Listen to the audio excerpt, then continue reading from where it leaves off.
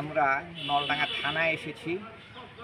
আমাদের নলডাঙ্গা উপজেলা বিপ্লবীলঘুরিয়া ইউনিয়নের ৩ নং ওয়ার্ড স্বেচ্ছাসেবক দলের সাধারণ সম্পাদক সবুজ আহমেদ। এই সবুজ আহমেদের বিকাশ অ্যাকাউন্টে 50,000 টাকা ঢুকে, টাকা আসে।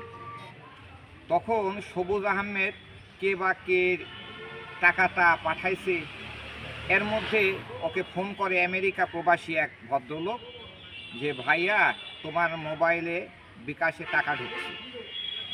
তখন আমার এই স্বেচ্ছাসেবক দলের সাধারণ সম্পাদক সবুজ আহমেদ তখন বলল যে আমি ঠিক আছে, আমি দেখব। তখন এই সবুজ আমার সঙ্গে যোগাযোগ করে নলডাঙ্গা উপজেলার। আমার কাছে এসে সে বলে যে আঙ্কেল, আমার বিকাশে তো এরকম টাকা ঢুকছে, আমাকে আমেরিকা থেকে এক আমেরিকা প্রবাসী বারবার আমাকে টাকা চাচ্ছে, আমি কি করব?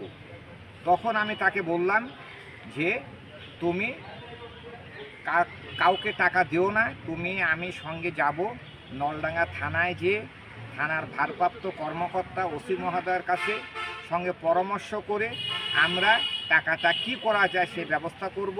পরামর্শ করে আমরা সততার আমাদের শহীদ রাষ্ট্রপতি জিয়াউর রহমানের দল করি, আদর্শের দল করি।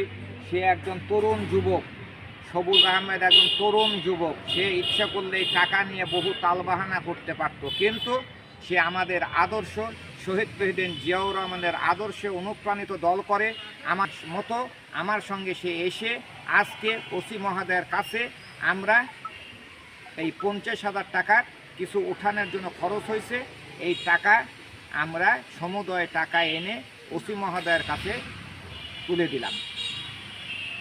আমি টাকা ঢুকছে আপনার 10 তারিখ হলো দুপুর 12:50 একটা মেসেজ আসে।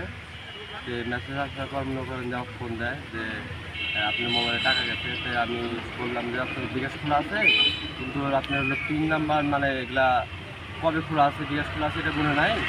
যদি টাকা ঢুকে থাকে তাহলে আপনার টাকা দেওয়া হবে। তো বলতেছে যে আপনি তাহলে দেখেন, দেখে যদি টাকা যদি থাকে তাহলে আমাকে দিয়ে দেন, যে আপনি যা খরচ হয় মনে করেন যে করেন, দৌড়াদৌড়ি করেন। পরে আমি মনে করেন যে নাটোরে গেলাম, যাই অফিসে গেলাম, যে এরকম একটা মেসেজ আছে যে এটা হলো বিদেশে আমেরিকা থেকে টাকা পাঠাইছে, আমার তো ফোন দিচ্ছে যে এই টাকাটা কীভাবে দেওয়া যায়। যে বলতেছে একটু বিকাশ খোলা আছে, চেক করে দেখলো যে বিকাশ খোলা আছে। পরে নতুন করে